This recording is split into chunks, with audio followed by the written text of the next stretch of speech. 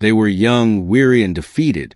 German soldiers captured on the battlefields of Europe, men who had marched proudly under the banners of the Reich, suddenly found themselves in an entirely new world. Instead of the ruined cities and shattered landscapes they had left behind, they were transported across the Atlantic to a land that seemed untouched by the devastation of war. For many, this was their first glimpse of the United States, the very nation they had been told was weak, divided, and incapable of standing against the might of Hitler's armies. But what they saw upon arrival would shatter those illusions forever. During World War II, the United States held nearly 500,000 German prisoners of war. They were brought in from North Africa, France, and later from the collapsing fronts of Western Europe. The journey itself was a shock. They boarded massive American troop ships, vessels so large and well-supplied that they dwarfed anything most German soldiers had ever seen. The sheer abundance of food, the cleanliness of the ships, even the calm efficiency of American guards. Everything felt alien. For men who had endured shortages, rations, and the grinding machinery of a collapsing Reich, this voyage was the first sign that they had underestimated their enemy. And then came the camps, spread across the American heartland, from Texas to Minnesota. These compounds were surrounded not by ruins, but by thriving towns and endless fields of crops. For soldiers used to bombed-out villages and constant hunger, the contrast was staggering. They expected cruelty, perhaps even vengeance from the Americans whose allies had suffered under German occupation. Instead, they were met with rules, order, and surprisingly humane treatment. But the greatest shock came not from the guards, nor from the food, but from the world outside the barbed wire.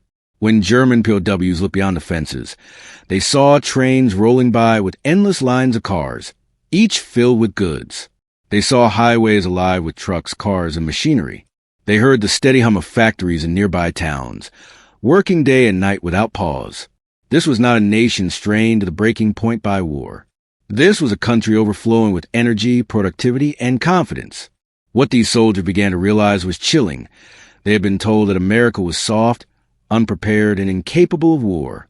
Yet here it was, displaying an industrial might beyond anything Germany could match.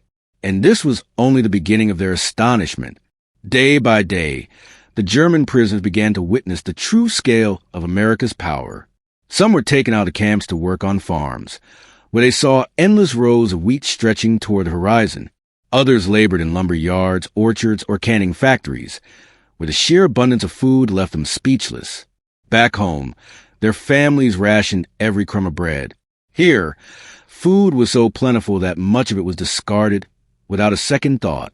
To a soldier raised in the hunger of wartime Europe, it felt almost impossible to believe.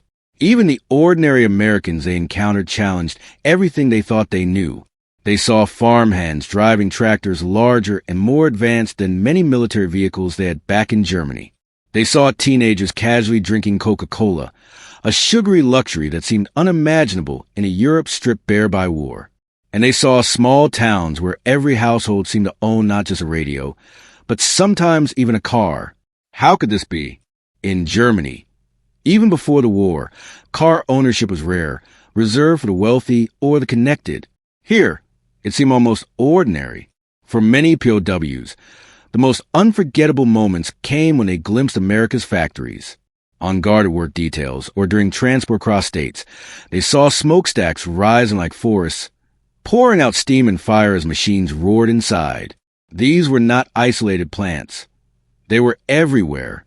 Steel mills, auto plants, shipyards, aircraft assembly lines.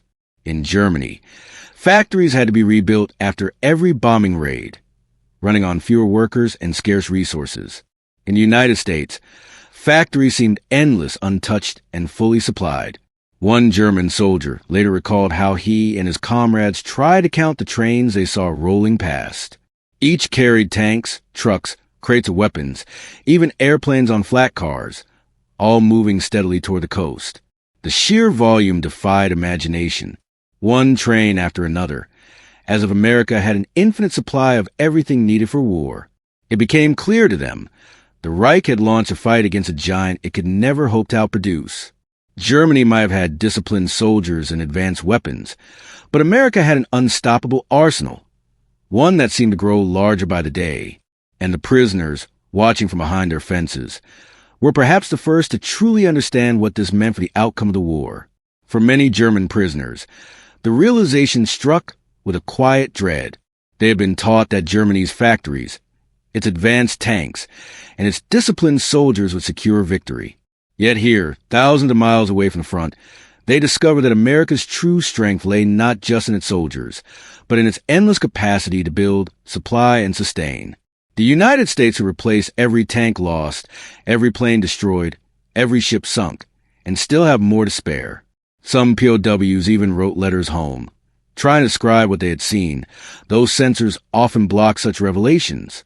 They tried to explain that America was not the fragile, decadent society their leaders had described, but a nation bursting with energy, where even ordinary workers lived better than many officers in the Reich. The contrast was unbearable.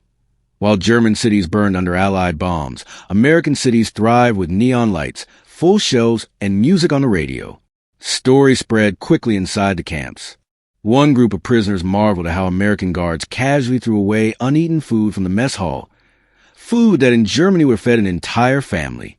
Others remembered standing in awe at a single grain elevator in the Midwest, holding more wheat than some regions of Europe could produce in a year.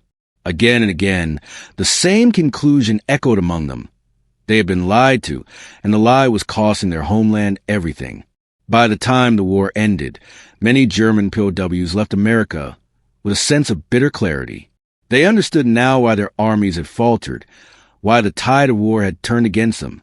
They had looked directly at the engine that drove the Allied victory, the unmatched industrial power of the United States. For some, the experience reshaped their lives. They returned home carrying stories of a country where ordinary people had comforts unimaginable in Europe, where factories never stopped, where abundance seemed limitless, and where the future looked brighter than the rubble they were returning to. And so, behind barbed wire in quiet towns across America, thousands of captured soldiers came to a stunning realization. Victory for Germany had never been possible. The war they thought they could win was, in truth, lost the moment they underestimated the giant across the sea. Because once they saw America with their own eyes, the truth was undeniable. This was a nation that could not be outproduced, and no empire built on conquest could ever hope to overcome such power.